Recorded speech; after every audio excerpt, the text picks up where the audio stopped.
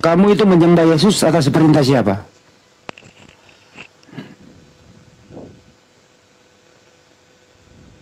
Yesus. Di mana Yesus memerintahkan menyembah dirinya? 1, 2, 3, 4, 5, 6. Pendeta yang bilang. Oh, pendeta yang nyuruh lu, bukan Yesus. Lu jangan jual. Pendeta yang nyuruh lu nyembah Yesus. Nah, itu benar, tapi tidak ada datanya di Bible. Itu karangan pendeta. Ya, kali ini kau jujur, pendeta yang ngajarin lu nyembah yang keluar dari kubur. Iya, pendeta itu kan dapat ini firman. Dari mana datanya pendeta dapat? Tertulis di mana pendeta pernah membaca apa? Yesus menyuruh menyembah dirinya. Pendeta membaca apa itu?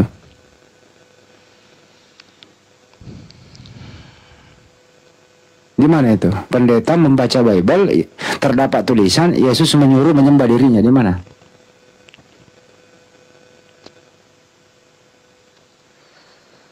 Diam lagi si Gultom. Ton, lu pakai akal bro, jangan dokter melulu ah. Kasian lu.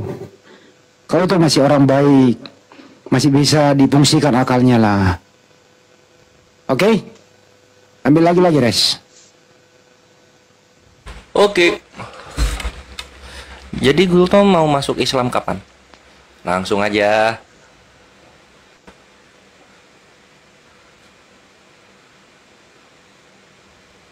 Tom, udah mau masuk Islam? Belum ya? Kalau si Kepas itu daripada aku masuk Islam, lebih aku masuk angin. Bener masuk angin sampai sekarang. Bener masuk angin dia, iya. Anginnya angin duduk lagi.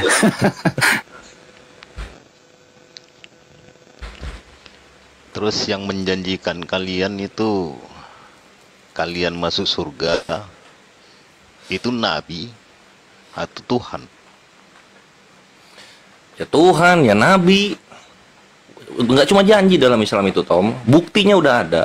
Ali Imran ayat 169, Allah berfirman, jangan kamu mengatakan orang-orang yang gugur di jalan Allah itu mati, karena sesungguhnya dia hidup di sisi Tuhannya dan mereka mendapat rizki.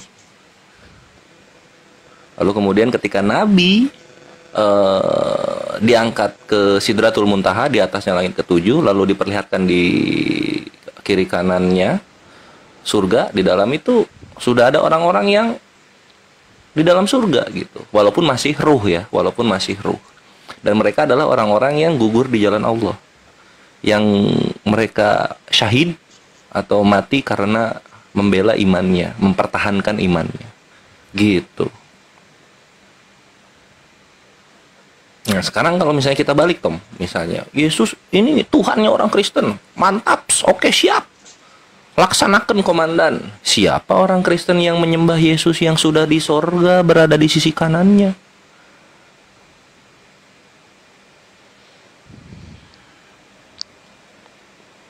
Ya, bingung, belum ada.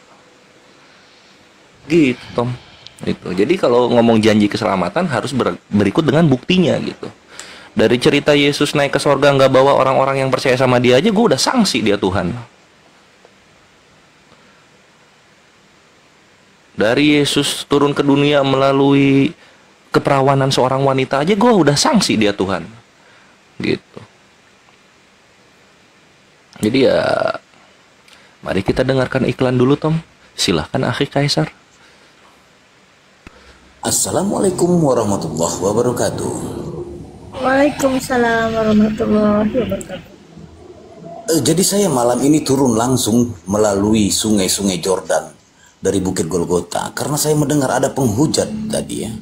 Jadi kata-kata cabul, apakah kata-kata cabul yang ada di bibirmu ini bisa diaplikasikan atau diajarkan kepada anak-anak di bawah umur seperti anak kelas 1 SD?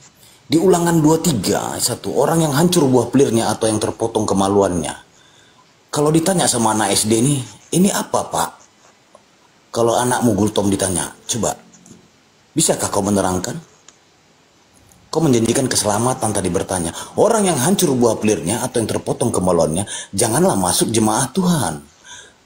Jikalau Pak Gultom naik motor, lalu ada insiden, pecah buah pilernya, Anda otomatis tidak bisa masuk surga. Apakah itu bisa jadi satu tolak ukur Anda bisa masuk surga? Dan di Amsal 7:18, marilah kita memuaskan birahi hingga pagi hari. Jika anak perempuanmu bertanya ini, apa jawabanmu? Pak, memuaskan birahi itu apa, Pak? Sampai pagi hari. Apa gak lempo, Pak? Nanti pagi-paginya mama itu belanja pergi beli ikan dan sayur, jalannya ngangkang, gimana itu, Pak? Sampai pagi hari. Dan bersama-sama menikmati asmara. Oh bukan, itu bukan mama kita. Karena suamiku tidak di rumah. Ia sedang berjalan perjalanan jauh. Oh itu tetangga kita, nak. Lagi selingkuh. Jadi bapak diundang dia. Begitu. Jadi kata-kata cabul yang kau ucapkan tadi itu ada di mana? Ketampol kau. Jangan kau tabur. Jangan pernah kau tabur ya. Di sini ini pemusnah, pembantai-pembantai, martir semua di sini. Jadi ada tertulis Mbak Mur dan Kang Masmur pasal 3 main catur ayat 1 kumur-kumur. Ada tertulis 4 kafir tersesat parahnya lama mengikuti keturunan Farisi botak terkena tula, mengumpulkan cerita narasumber daripada warga, juga menyelidiki dari pemuda setempat dan juga tua-tua, menyatukan cerita dengan ajaran pagan dewa Yunani Roma. Kami dengar tertawa mengucapkan mati mija. Ingat Gultom, apabila kalian melihat si botak pembinasa keji bertemu dan memakai namaku dengan ilusi, jangan ikuti, jangan imani dan jangan percayai. Tapi Gultom imani dengan dongeng cerita halusinasi. 1400 tahun yang silam sudah diinformasikan. Hanya Al-Quran yang dapat menceritakan masa depan. Karena Al-Quran original asli firman Tuhan, bukan hasil konsili, clipping kerja kelompok dan karangan. Menyekutukan Tuhan dengan banyak ilahi, itu dosa yang paling tidak bisa diampuni. Contoh jelas yang kita lihat saat ini, Tuhan manusia mati dihidupkan kembali. Kafir berkata Tuhan datang menjadi manusia. Di lain sisi Anda bilang itu kehendak Dia. Kalau cuma bermain kata-kata bersilat lidah, Anda salah komal dan sudah gangguan jiwa. Percuma mulut besar kalau otak mengkerut. Kalau banyak cerita congor kau bau kentut. Jangan cerita kitab seperti benang kusut, lompat sana ke habitat kau anak curut. Sudah jelas Yosua tidak pernah maha kuasa, karena dia selalu berdoa sebelum meminta. Dia mengenal siapa yang mengutusnya, kalian tidak mengenal siapa yang kalian sembah. Ingat, kafir diskusi jangan terlalu goblok. Karangan bebas hujatan jorok. Akhirnya seluruh isi otak kau mogok, dan jawaban kau mentok, fix palu diketok, turun, dan masih mau kau datang besok. Stay tune.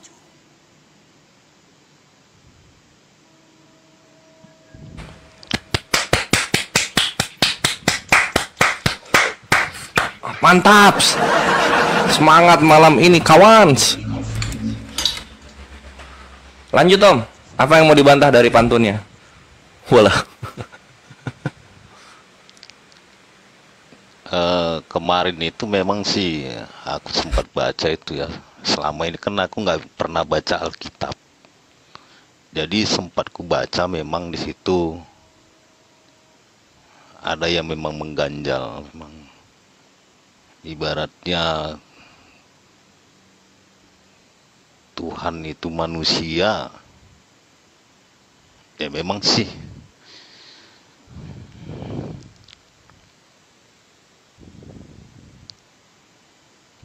Cuma sempat kemarin itu aku tanya ke pendeta, si pendeta lari dari pembahasan. Pas lu nanya apa, si pendeta ini lari dari pembahasan? Ya waktu itu aku tanya, Tuhan itu manusia atau gimana? Aku bilang. Dia bilang Tritunggal. Yang waktu dibilangnya dilahirkan katanya. Jadi waktu dia di dalam kandungan itu siapa Tuhannya? Dia bilangnya Yesus.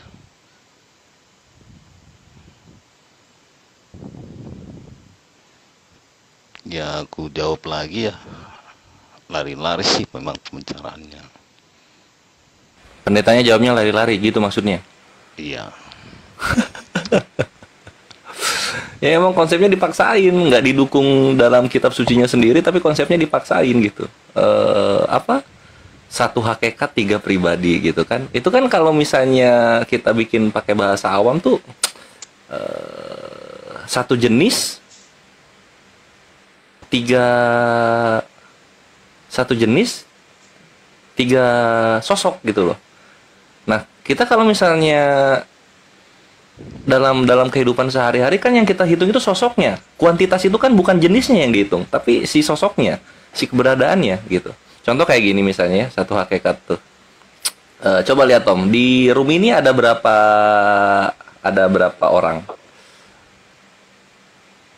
4.600. Bukan yang di atas maksudnya. Ada 9. Ada 9. Ada 8 itu 01. Nah, ini yang 8 orang yang ada di sini itu hakikatnya apa? Jasad. Ya hakikatnya manusia dong. Iya nggak? Iya. Nah, ini hakikatnya manusia. Nah, ada hakikat yang lain nggak? Selain manusia?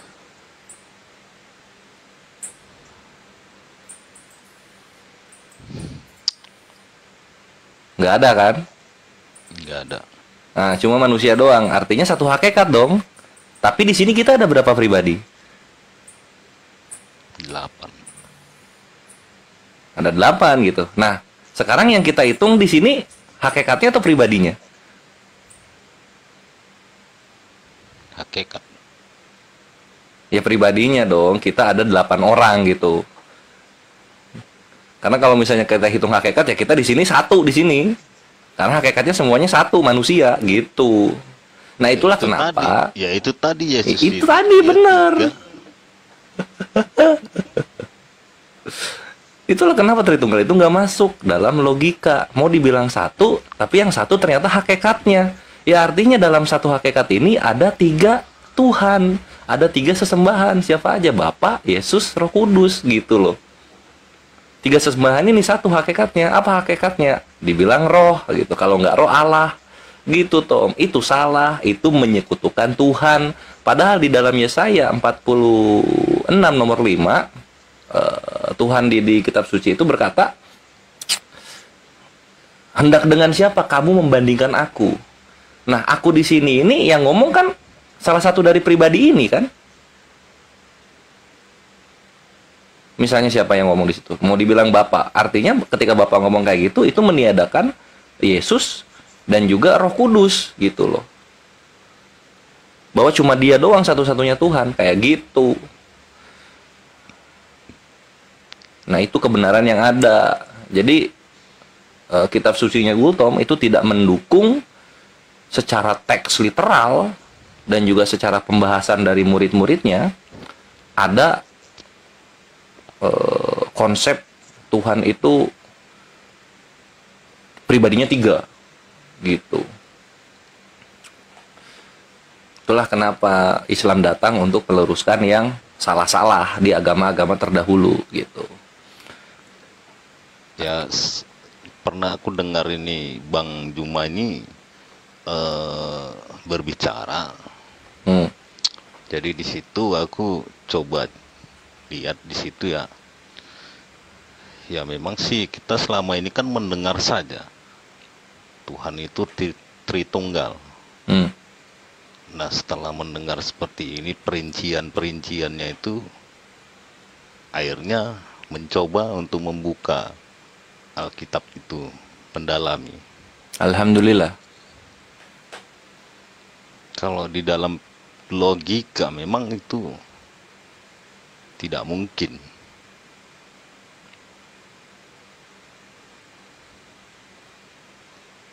Ya. Tuhan itu manusia.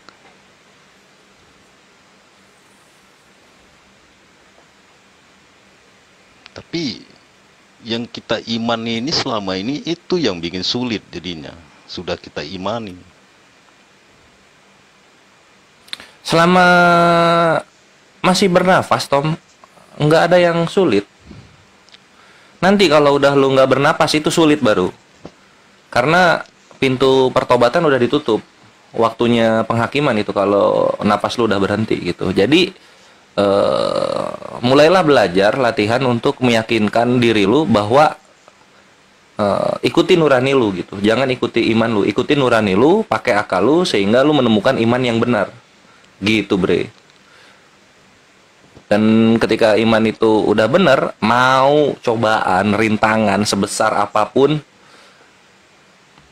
lu bakal berani untuk menerjangnya. Itu yang dilakukan oleh para mu'alafat terdahulu. Contoh kayak Buya Hamka, lalu kemudian kalau lu tahu ada Shelin Evangelista. Nah, itu Kaisar juga beliau mu'alaf. Gak usah jauh. Dah ngadong na sulit na leku, dah ngadong na sulit. Asalkan mulai boy menyukun kan. Contoh di sini leku dah Asian, ada seorang datang kepada Yesus dan berkata, ini coba dengar ya. Ada seorang, ini ibaratkan dirimu ini. Ada seorang datang kepada Yesus dan berkata, "Guru yang baik, perbuatan apakah yang harus kuperbuat untuk memperoleh hidup yang kekal?" Jadi dia bertanya, perbuatan apa yang harus kuperbuat untuk meraih surga? Jawab Yesus, "Mengapa engkau memanggilku guru yang baik? Hanya satu yang baik, yaitu Tuhan. Tetapi jikalau engkau ingin masuk ke dalam hidup, turutilah segala perintahnya." Dia merujuk ke Tuhannya. Itu coba pertanyakan ke diri lain. Itu satu pertanyaan di diriku, tapi dalam artian ku buang dulu dogma dan doktrin ini sebelumnya. Idot tong, lanjut. Pangeran Kores. Pangeran Taliban. Nah itu Tom gitu. Dan yang terbaru nih selain Kaisar juga ya, yang lu lihat sebagai bukti hidup gitu. Yang terbaru kan Dr. Richard Lee juga bersyahadat, doi. Dia berani, orang-orang yang sudah menemukan mantap bahwa udah tahu bahwa Islam itu kebenaran, dia berani menerjang dan meninggalkan segala sesuatu yang menghambat perpindahannya kepada agama yang benar ini yang ada di belakangnya. Berani dia terjang itu. Dan sekarang insya Allah itu giliran lu, Gultom gitu. Jadi apa yang lu gundahkan, apa yang lu galau, silahkan tanyakan. Tapi Insya Allah kami akan bimbing. Boleh bertanya ini. Mantap. Nah, Ya, menurut silakan. kalian, yang kalian bilang itu Tuhan Allah, itu di mana posisinya? Posisinya. Oke. Gurunda monitor ya. Udah habis dong kopinya dong, masa masih ini. Sambil nunggu Gurunda, Tom. Sambil nunggu Gurunda. Lanjut, Bang Kores. Kalau Pertama yang harus diketahui, iya. kalau kita kan jelas nampak tuh ada Yesus. Nah, kalau Tuhan kalian ini di mana? Oke. Allah Subhanahu wa taala Tuhan yang maha besar, Gultom, Tuhan yang maha besar. Gitu. Sehingga tidak ada sesuatu ciptaan apapun itu yang mampu menampung kemahabesarannya Allah Subhanahu wa taala. Jadi Allah bisa sangat jauh, Allah bisa sangat dekat dengan kita. Allah ada di mana? Sangat dekat, bahkan lebih dekat dari urat leher kita. Itu Allah Subhanahu wa taala. Allah ada di mana? Allah berada di jauh di atas sana di mana kita tidak mampu menggapainya.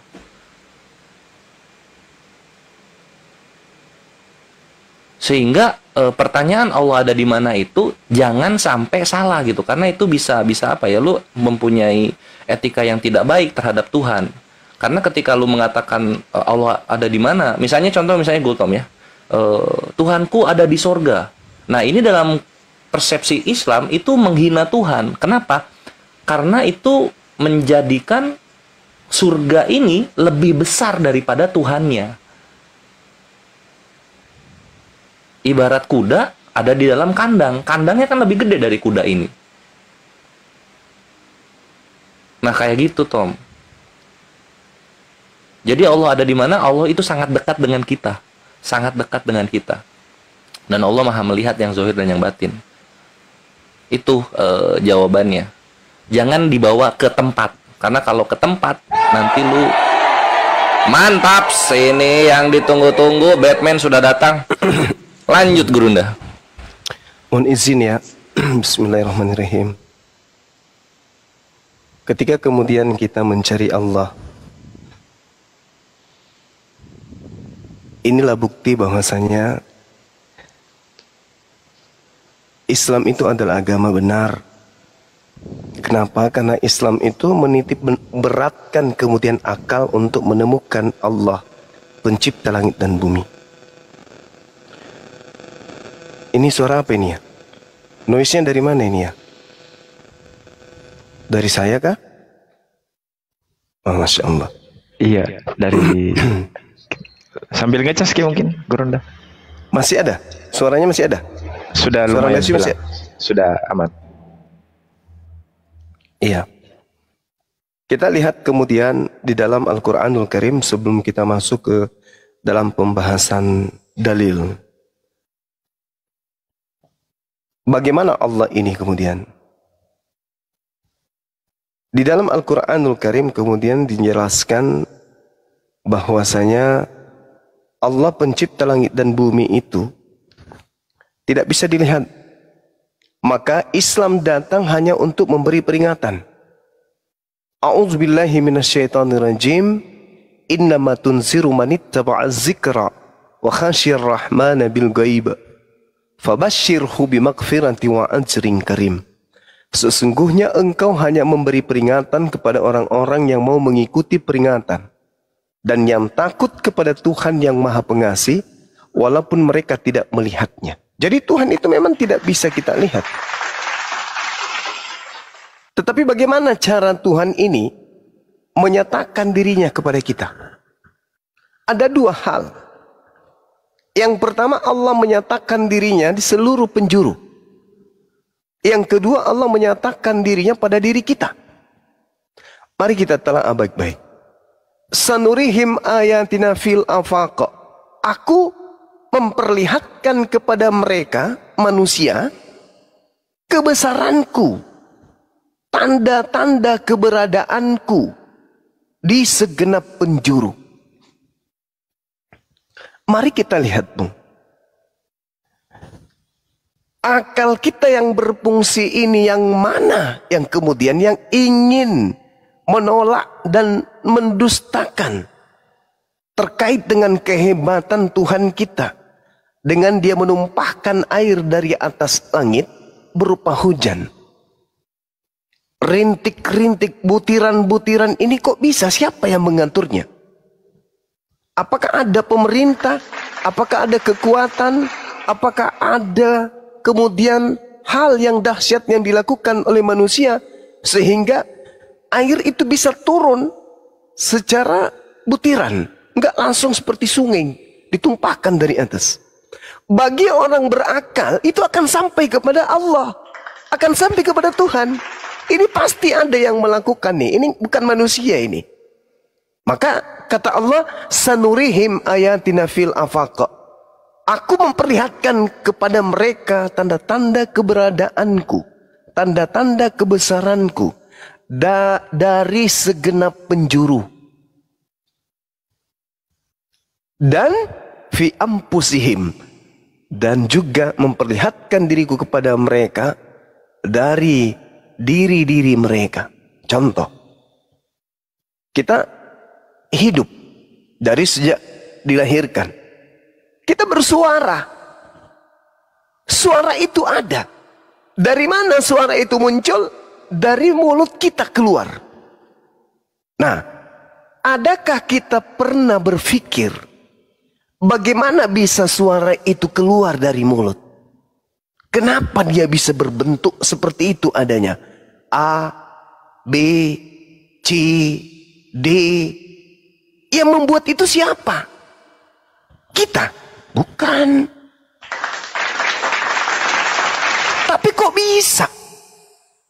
mana kita belajar? Tidak pernah. Kita menggaungkan, kita menyuarakan kemudian huruf O.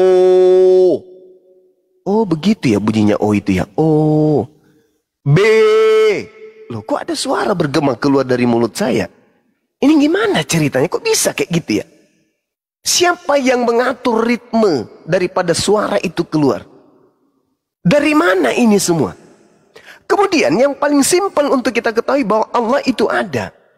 Ketika Al-Quran menyatakan di dalam surah Qaf ayat 16. Walaqad khalaqnal insan wa na'lamu ma tuwaswisu bihi nafsuh. Aku Tuhan yang telah menciptakan manusia dan mengetahui apa yang dibisikkan oleh hatinya. Wa nahnu aqrabu ilaihi min hablil warid.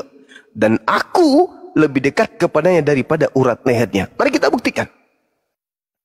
Apakah Allah itu betul lebih dekat kepada kita daripada kita? Aneh kan? Apakah Allah itu lebih dekat kepada kita daripada urat leher kita? Coba. Buktinya apa? Kita makan nih, bayi disuapin, dikasih susu sama orang tua kita, vitamin, dan seterusnya. Apa yang terjadi? Biologis kita ini bertumbuh dari nutrisi yang kita konsumsi kemudian.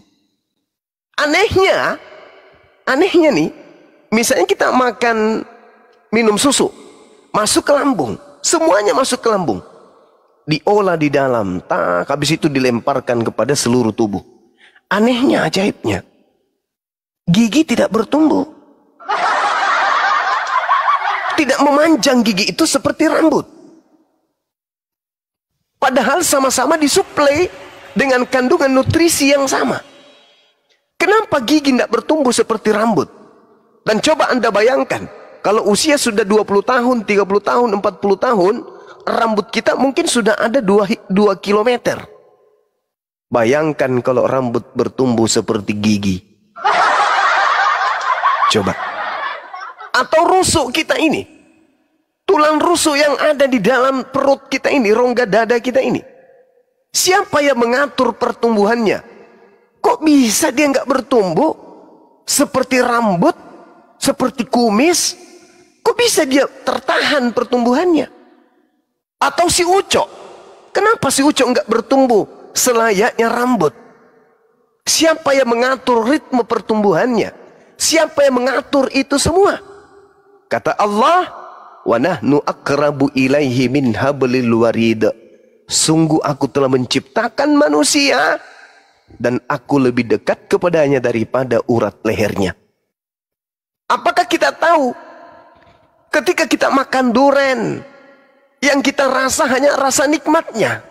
Sehabis tenggorokan lewat ke bawah, kita tahu bagaimana dia bekerja di dalam usus ini, bagaimana lambung ini mengolah duren tadi, bagaimana memilih bahwasanya ini yang harus ke paha, ini yang harus ke jari-jari, ini yang harus ke mata, ini yang harus ke kuping, ini yang harus ke jamban. Siapa yang mengatur itu? Kita. Bukan. Tapi itu tubuh kita loh. Itu badan kita loh.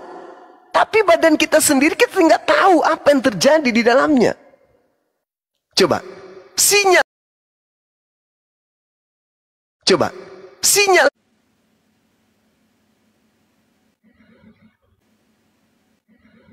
Lebih dekat kepada manusia dan mereka akan mengetahui keberadaanku jika mereka berpikir.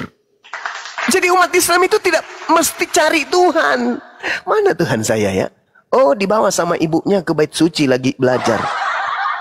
Mana Tuhan saya tadi? Oh, dia lagi ke laut cari ikan sama dengan murid-muridnya. Mana Tuhan kita? Oh, Tuhan kita lagi cari pohon ara. Itu bukan Tuhan, itu makhluk. Makanya pencipta langit dan bumi itu meliputi segala-galanya. Maka yang sampai kepada Allah, yang bisa beriman kepada Tuhan yang datang menyatakan diri melalui Nabi Muhammad, hanya orang yang menggunakan akal. Makanya umat Islam itu apa? Ketika masuk Islam apa? Syahadatain. Apa itu? Mempersaksikan dua pokok pondasi utama dalam hak kebenaran. Asyhadu an la ilaha illallah.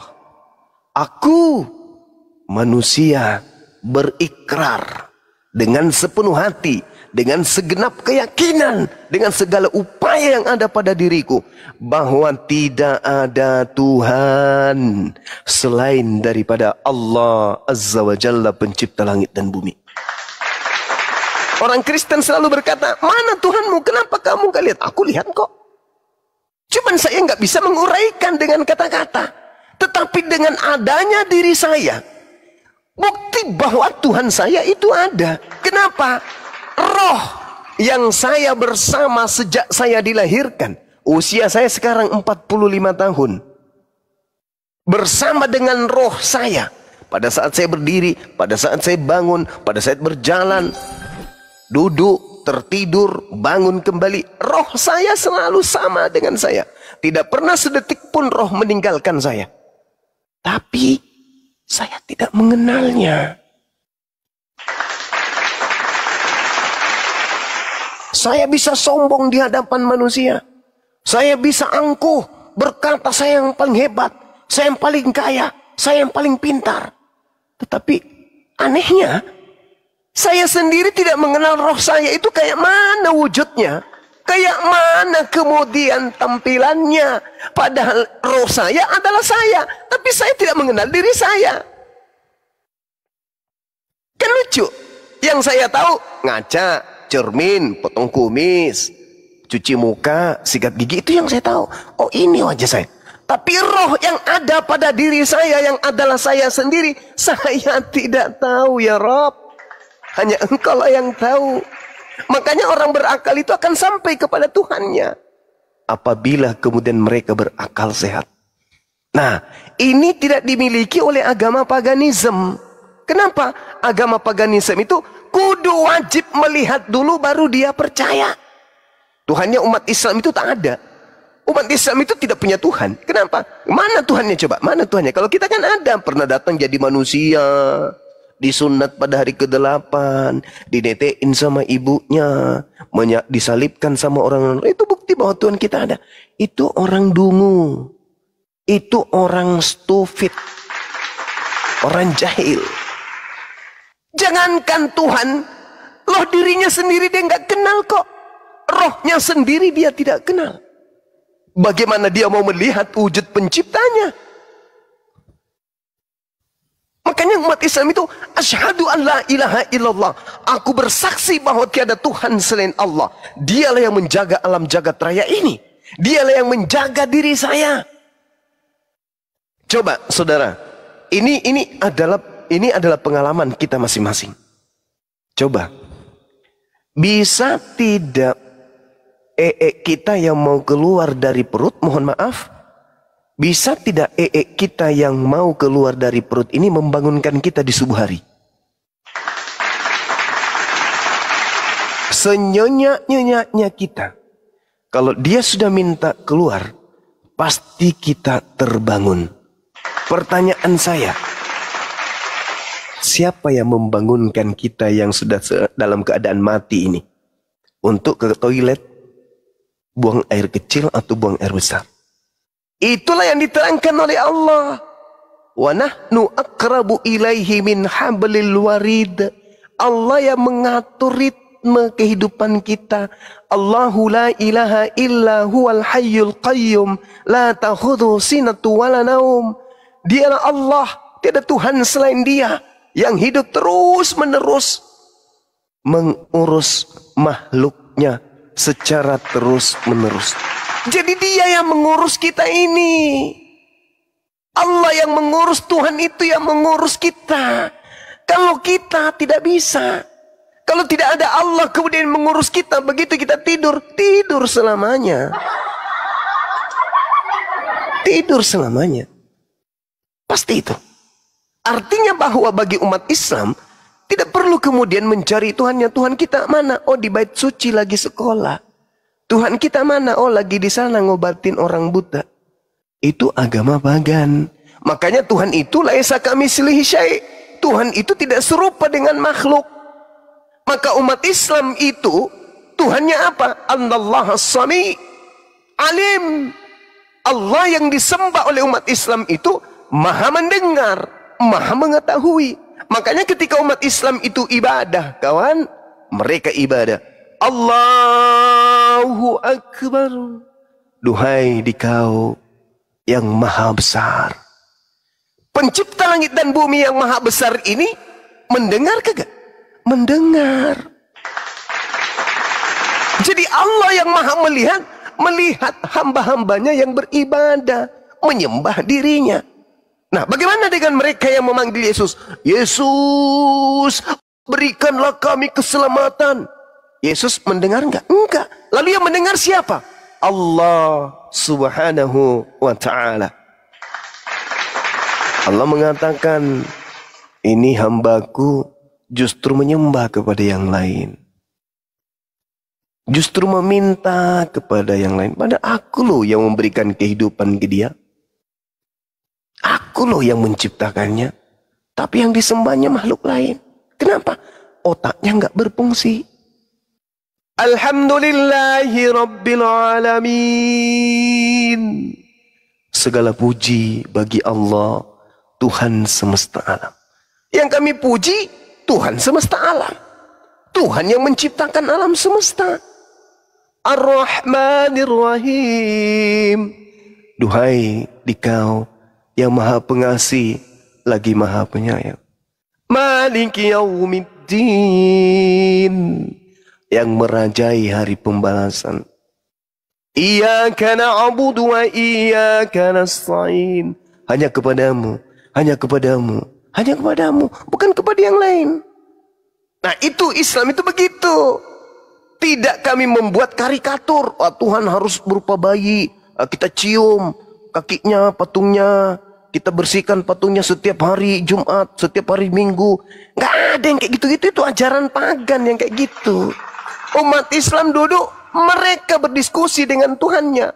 Umat Islam berbaring, mereka lagi mengeluh kepada Tuhannya. Dimanapun umat Islam bersama dengan Tuhannya. Ini ma'akum.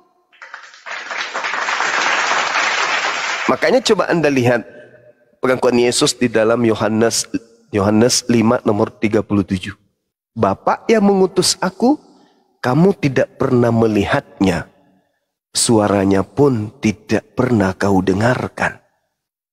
Pertanyaannya, Yesus pernah dilihat enggak? Dilihat. Yesus pernah dengar enggak? Didengar. Oh, dia makhluk kok, dia ciptaan. Maka Tuhan yang mengutus Yesus itu laisa kamitslihi syai'.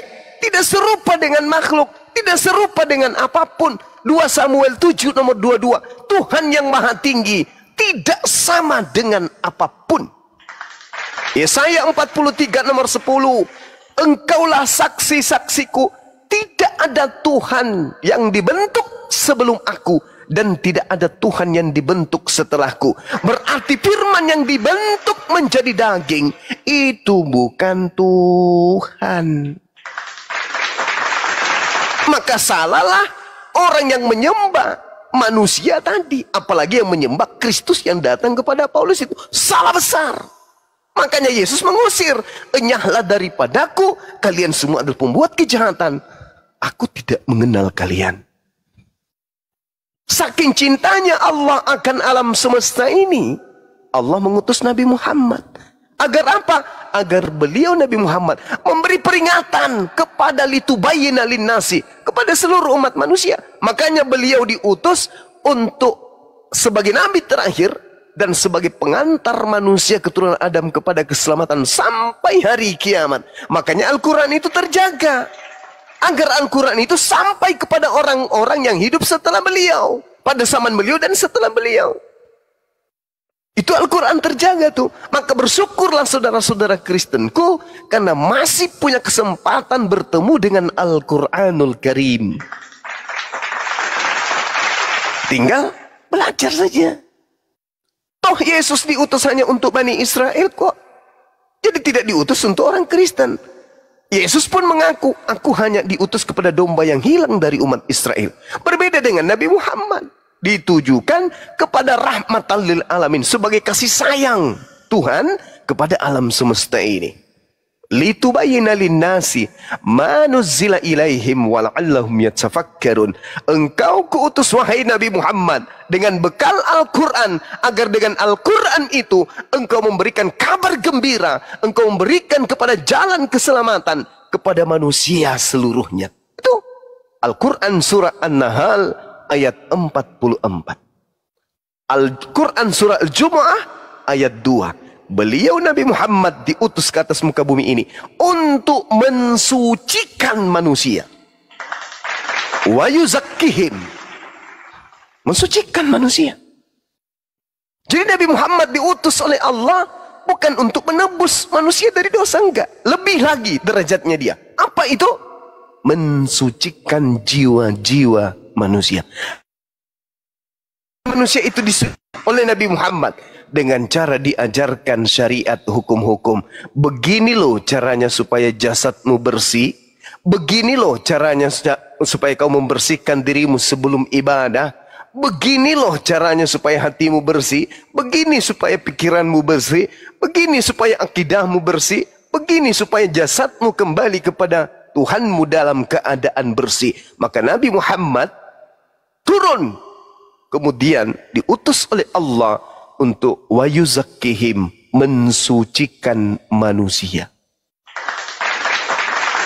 Makanya di dalam Al-Quran surah Al-Ma'idah ayat 31, Qul in kuntum tuhibbunallah fattabi'uni yuhibbukumullah wa yaghfir lakum dzunubakum wallahu ghafurur rahim.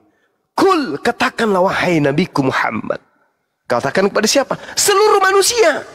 Apabila mereka ingin dicintai oleh pencipta langit dan bumi ini, dan ingin agar dosa-dosanya itu diampuni oleh pencipta langit dan bumi ini, arahkan mereka semuanya fattabi'uni, untuk ikut kepadaku. Ikuti Nabi Muhammad kalau mau selamat, kalau ingin dicintai, kalau ingin disayangi oleh pemilik neraka, kalau ingin dicintai oleh pemilik surga, maka ikut Nabi Muhammad sallallahu alaihi wasallam. Aman. Tak ada lagi yang lain. Kita kan ingin dicintai pencipta langit ini. Ingin supaya kita ini diampuni dosa-dosanya oleh pencipta langit dan bumi ini.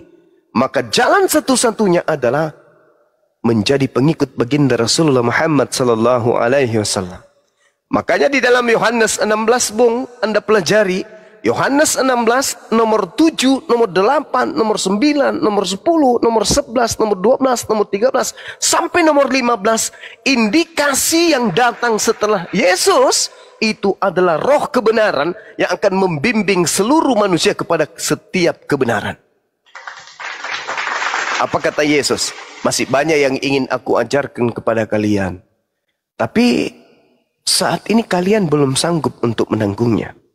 Tetapi ketika ia datang, yaitu seorang penolong lain, dialah yang akan mengajarkan kalian terkait dengan hukum-hukum, kebenaran, keadilan, dan penginsapan dunia akan dosa. Dia, ketika ia datang, dia akan memuliakan aku. Bukan justru menghinakan aku, tetapi memuliakan aku. Jadi ketika Nabi Muhammad datang, dia hanya memuliakan Nabi Isa. Memuliakan Nabi yang datang di tengah-tengah Bani Israel yang lahir tanpa ayah. Kami menyebutnya Nabi Isa. Orang Yahudi menyebutnya Yesua. Orang Kristen menyebutnya Yesus.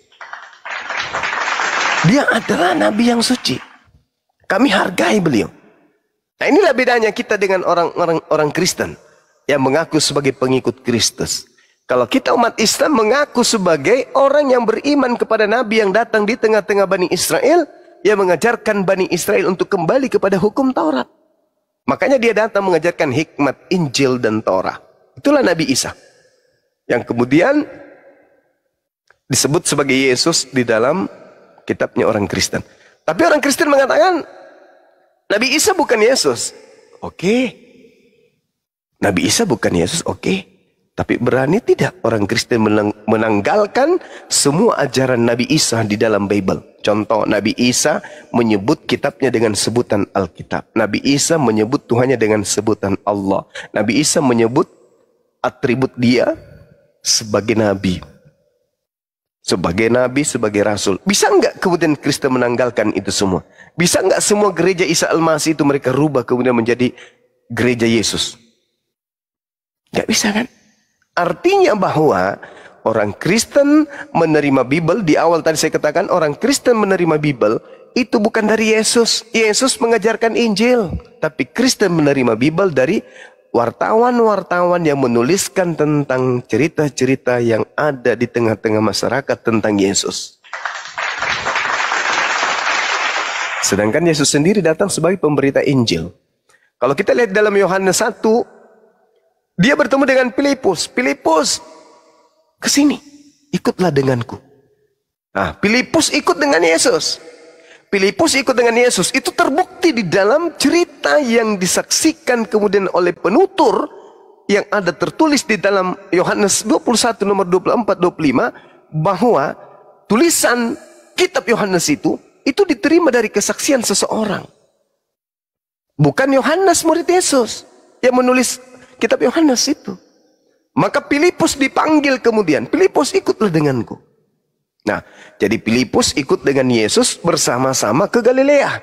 Di Markus 1 nomor 14, di Galilea sana, Yesus dan Filipus mengajarkan Injil.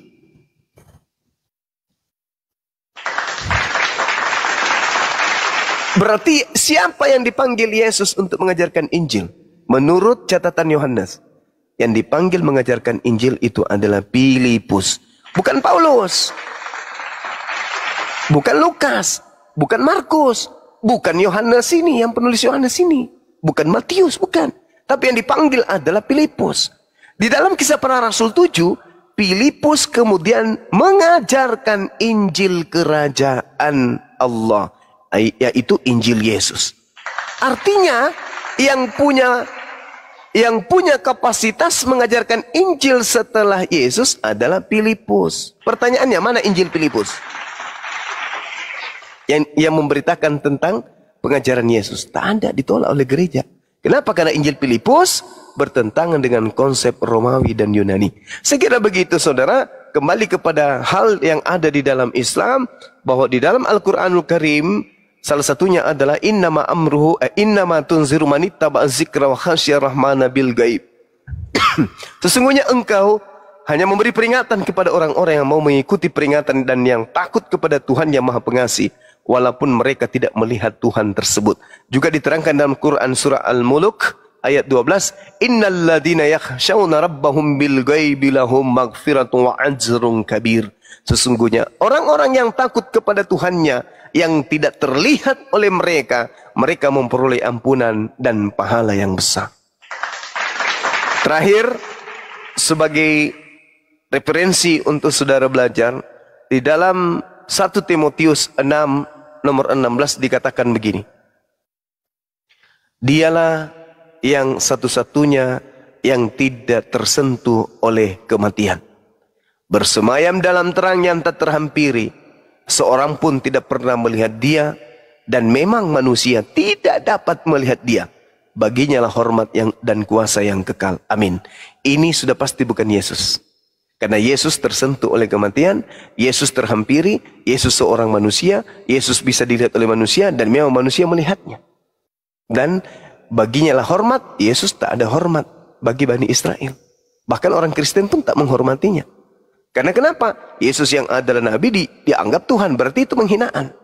Selayaknya kemudian Gibran, wakil presiden, dianggap presiden. Begitu Gibran lewat, kita panggil, Pak Presiden, pasti tersinggung. Kenapa? Karena dia cuma wakil. Meskipun presiden itu level gelar tertinggi, tetapi karena dia hanya wakil, dipanggil presiden, tersinggung. Begitu juga Yesus, yang hanya utusan Tuhan, dipanggil Tuhan sebagai pencipta, maka pasti pun Yesus tersinggung. Makanya mengatakan, enyahlah daripadaku, kalian semua adalah pembuat kejahatan. Nah, terakhir, kuasa yang kekal. Di mana kuasa kekal? Sedangkan Yesus berkata dalam Yohanes 5 nomor 30, dia mengatakan, aku tidak dapat berbuat apa-apa dari diriku sendiri. Berarti 1 Timotius 6 nomor 16 lebih pas untuk Tuhan pencipta langit dan bumi yang kami sebut Allah Subhanahu wa taala, yang tidak tersentuh oleh kematian, bersemayam dalam terang yang tak terhampiri, seorang pun tidak pernah melihat dia dan memang manusia tidak dapat melihat dia, baginya lah hormat dan kuasa yang kekal. Sedangkan Yesus sama sekali berbanding terbalik dengan data tersebut. Saya kira demikian saudara. Ya, mari kita sama-sama belajar, kemudian renungkan apa yang saya sampaikan. Ingat, umat Islam mengimani Nabi tersebut yang datang kepada Bani Israel sebagai Nabi, dan kami sangat menghormatinya. Kami menyebutnya Nabi Isa alaihi salam. Sedangkan Kristen mengatakan dia adalah makhluk manusia yang mati terkutuk di atas tiang salib demi dosa-dosa Kristen. Dengan demikian, di mata Kristen Yesus itu sangat dihinakan, sedangkan kami, Nabi Isa di mata kami itu adalah manusia yang mulia. Demikian. Dinda Kores diambil lagi atau Bang Kaisar, Bang Handi silakan. Coba terakhir ini bagaimana pertanyaan? Iya, silakan. Apa maksud itu? Apa Bang Handi? Allah lebih dekat dengan ulat leher di surah Kahf ayat 16 itu. Itu pertanyaan mualaf. Iya. Maksudnya adalah, hei manusia, jangan kau sombong dengan dirimu. Kamu itu tidak tahu apa-apa tentang dirimu. Kamu nggak tahu jantungmu itu kayak mana cara kerjanya. Kamu tidak tahu bagaimana saya memasang rasa pengecap sehingga kau bisa membedakan ini manis, ini asam, ini kecut, ini pedas, ini asin. Emang lu yang pasang rasa alat deteksi rasa itu? Bukan kamu, jangan kau sombong. Kamu bisa membedakan antara warna hitam, warna putih, lagi terang, lagi gelap, lagi siang, lagi malam. Bukan kamu yang menyimpan pupil yang ada di kelopak matamu itu, di biji matamu itu, bukan kamu yang menyimpan itu. Aku, jangan kau sombong. Hei manusia, gigimu itu tidak bersambung dengan tulang. Tapi aku cuma menancapkan di sebuah daging yang disebut gusi. Tapi kau mampu mengecam tulang-tulang kan? Kamu bisa menggigit buah-buah yang keras bukan? Kamu bisa kemudian merasakan bagaimana kau memotong dengan gigimu bukan? Lu yang pasang. Bukan aku. Jangan kau sombong. Jari-jarimu aku yang mengatur. Mana induk jari, mana telunjuk, mana kelingking, mana anak jari, mana jari manis. Bukan kamu yang mengatur. Sekiranya engkau yang mengatur, mungkin kebalik-balik. Ibu jari ada paling luar, yang telunjuk mungkin jadi anak jari, yang kelingking mungkin menjadi tempat ibu jari. Kalau kau yang mengatur, kenapa? Ente punya pengetahuan terbatas. Yang menyusun urat-uratmu, nadimu, kemudian saraf-sarafmu, kulitmu, dagingmu, tulangmu. Aku, bukan ente. Jangan kau sombong, wahai manusia. Aku lebih dekat daripada urat lehermu. Jangan kau sombong sampai engkau melupakan aku, sampai engkau menyembah kepada sesamamu makhluk dan tidak menghiraukan utusan-utusanku yang turun ke bumi, mengejarkan engkau agar mengenal aku yang Maha Pencipta ini. Jangan kau sombong. Wa nahnu aqrabu ilaihi min hablil warid. Bukan kau yang memasang ensel di tumitmu. Bukan kau yang memasang kemudian sendi di lututmu, di pinggangmu, di rusukmu. Aku yang menyusun itu semua. Tapi ketika aku ciptakan engkau dengan biaksani takvim dalam bentuk yang paling sempurna, kau membelakangiku, kamu menentangku, kamu malah menyembah kepada makhluk yang aku ciptakan hanya karena dia mampu membangkitkan orang mati, hanya karena dia bisa merubah air menjadi anggur, hanya karena dia bisa membuat orang buta melihat. Padahal data-data di dalam Bibelmu, makhluk itu mengaku, aku tidak dapat berbuat apa-apa dari diriku sendiri. Makananku adalah melakukan apa yang diperintahkan oleh Tuhanku untuk aku lakukan. Tapi kau sombong. Kamu malah mempertuhankannya.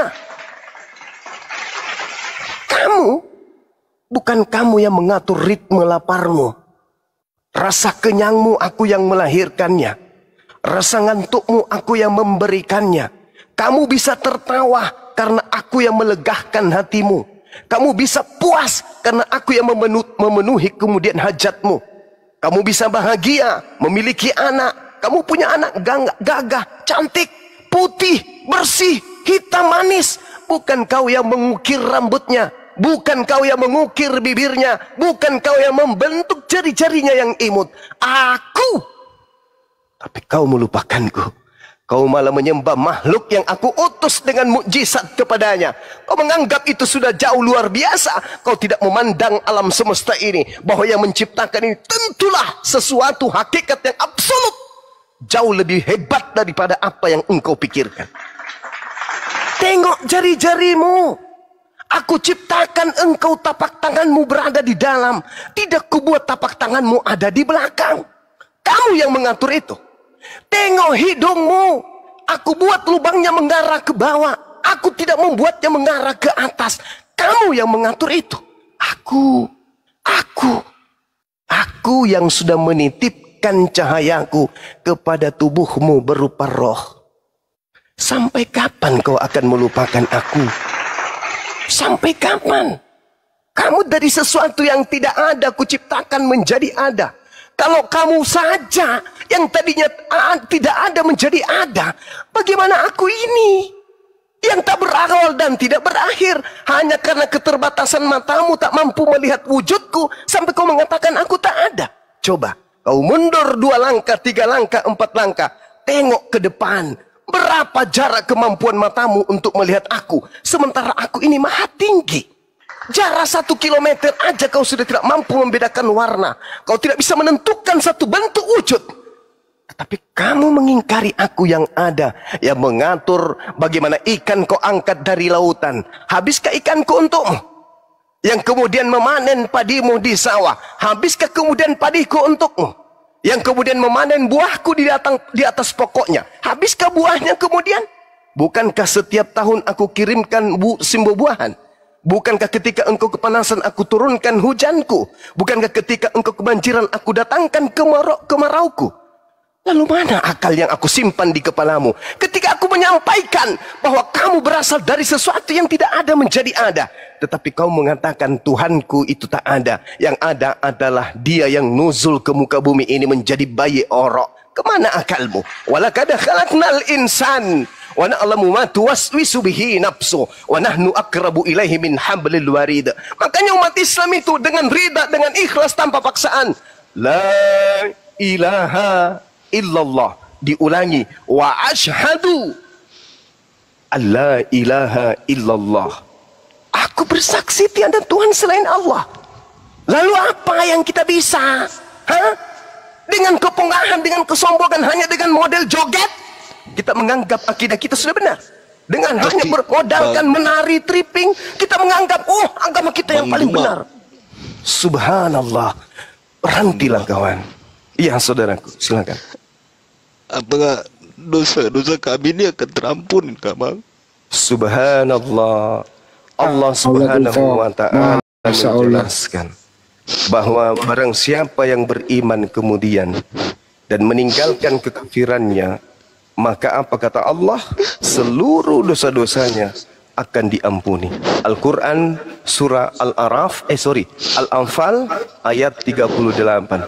Allah Subhanahu wa ta'ala kemudian menyatakan di dalam Al-Quranul Karim, A'udzubillahi minasyaitanirrajim. Qul lilladzina kafaru iyantahu yughfar lahum ma qad salaf wa in ya'udu faqad madat sunnatul awwalin. Katakanlah kepada orang-orang kafir itu, jika mereka berhenti dari kekafirannya, niscaya Allah akan mengampuni seluruh dosa-dosa mereka yang telah lalu. Al-Quran surah Al-Anfal ayat 38. Subhanallah. Makanya umat Islam itu Anda coba lihat, diperintahkan mereka tidak makan selama sebulan penuh. Umat Islam tunduk setunduk-tunduknya. Mereka mau, mereka ingin merasakan betapa enaknya sarapan pagi, betapa enaknya nasi goreng, betapa indahnya kemudian makan soto Betawi di siang hari. Begitu di siang hari mereka melihat ada es cendol, ada sirup, enak. Tapi karena mereka tahu Tuhannya melihat, Tuhannya menyaksikan, Tuhannya mendengarkan, mereka tunduk. mereka tahan perut mereka untuk tidak mereka isi. Ketika Tuhan mengatakan jangan makan ini, mereka nggak makan. Ketika Tuhan mengatakan jangan minum ini, mereka tidak minum. Meskipun Tuhan itu tak ada di depan matanya, tapi mereka yakin Tuhan itu maha melihat. Meskipun mereka dalam kamar seorang diri, mereka malu kepada Tuhannya untuk melakukan kemaksiatan. Karena mereka tahu Tuhanku maha melihat. Itulah semua poin-poin yang justru Yesus ajarkan di tengah-tengah Bani Israel. Kata Yesus, maukah aku tunjukkan kepadamu kepada siapakah engkau harus takut? Takutlah kepada Dia yang berkuasa mematikan jasad tubuh manusia dan berkuasa melemparkan masuk dalam neraka. Itu. Bahkan di dalam Yohanes 7 nomor 28, nomor 29, apa kata Yesus? Kamu memang mengenal aku, tetapi kamu tidak mengenal Tuhan yang telah mengutus aku. Kamu memang melihat aku, tapi kamu tidak melihat siapa yang telah mengutus aku. Artinya, kenapa kita harus mencari Tuhan? Toh jasad ini bukti. Jasad ini bukti. Jasad ini bukti, Bung. Jangan terlalu jauh. Mata ini dipakai untuk melihat. Mata alat untuk mendeteksi apa yang objek-objek yang ada di depan kita. Tapi anehnya nih, benda yang paling dekat dengan mata kita itu apa? Kelopak mata. Tapi kita tidak mampu melihat kelopak mata itu. Itu apa hikmahnya? Hikmah supaya kita tidak sombong. Ternyata kemampuan mata kita yang kita pakai untuk menilai orang lain itu tidak mampu melihat pupil kita. Tidak mampu melihat kelopak mata kita sendiri. Tidak mampu. Terakhir Bung. Kita masih ingat dulu kita masih membayangkan ketika kita seorang diri senyum sendiri. Ingat masa-masa di mana kita masih bermain di dalam ayunan. Main kita dalam ayunan. Kita masih ingat kemudian kita dalam ayunan. Kita ayun sendiri. Kemudian kita tertidur dalam ayunan itu. Tiba-tiba saja kita menjadi seorang remaja tangguh. Setelah kita remaja tangguh SMA, hari-hari yang bahagia. Tiba-tiba saja kita mahasiswa. Tidak lama berselang, loh, tiba-tiba kita sudah punya anak. Tiba-tiba kemudian kita sudah punya cucu. Tiba-tiba kita ngaca. Loh, wajah saya dulu nggak kayak begini loh. Seingat saya dulu ini kenceng loh. Loh, kok bulu hidung saya, bulu kumis saya kok mulai memutih? Kok bisa berubah ya? Sekarang pertanyaannya. Kalau hal yang ada pada diri kita saja ini kita tidak bisa tahan, kita nggak bisa atur ritmenya, lalu siapa kita yang ingin mengatur Tuhan? Ternyata kepada diri kita sendiri saja kita tidak bisa atur. Aku tidak mau menua, aku maunya muda terus. Tidak boleh ada yang memaksa aku untuk menua. Kata Allah, aku yang mengatur itu semua. Inni a'lamu ma la ta'lamun. Sekalipun engkau mau muda terus, tapi tidak. Keputusanku yang berlaku, bukan keputusanmu. Manusia mengoperasi matanya, bibirnya, dioperasi semuanya biar agak muda, tapi tidak bisa. Tetap aja akan tua, tetap aja akan digilir kepada ketiadaan menuju kepada kebinasaan, masuk ke dalam kehidupan sesi berikutnya, yaitu alam barzakh. Tak ada daya kita. Tak ada daya kita. Banyak orang sombong di hadapan orang. Wah, kalian itu tidak becos kerja, bla bla bla dan seterusnya. Jagoan. Begitu pulang ke rumah, mah, ya Pak, pijit betis Bapak dong, capek, lelah. Mengeluh sakit-sakitan. Tidak ada daya kita, nggak ada. Mau sesombong apapun. Harusnya saudara Kristen itu sadar. Yesus yang katanya Tuhan saja, was-was, ketakutan. Ya, artinya apa? Tidak ada orang sakti di hadapan Tuhan. Gak ada. Mau Karun, mau Fir'aun, mau Yesus, mau Paulus. Tak ada orang sakti. Semua kita lemah di hadapan pencipta langit dan bumi. Lalu bagaimana caranya untuk beribadah kepadanya? Bagaimana caranya untuk berhubungan kepada Dia yang Maha Kuasa?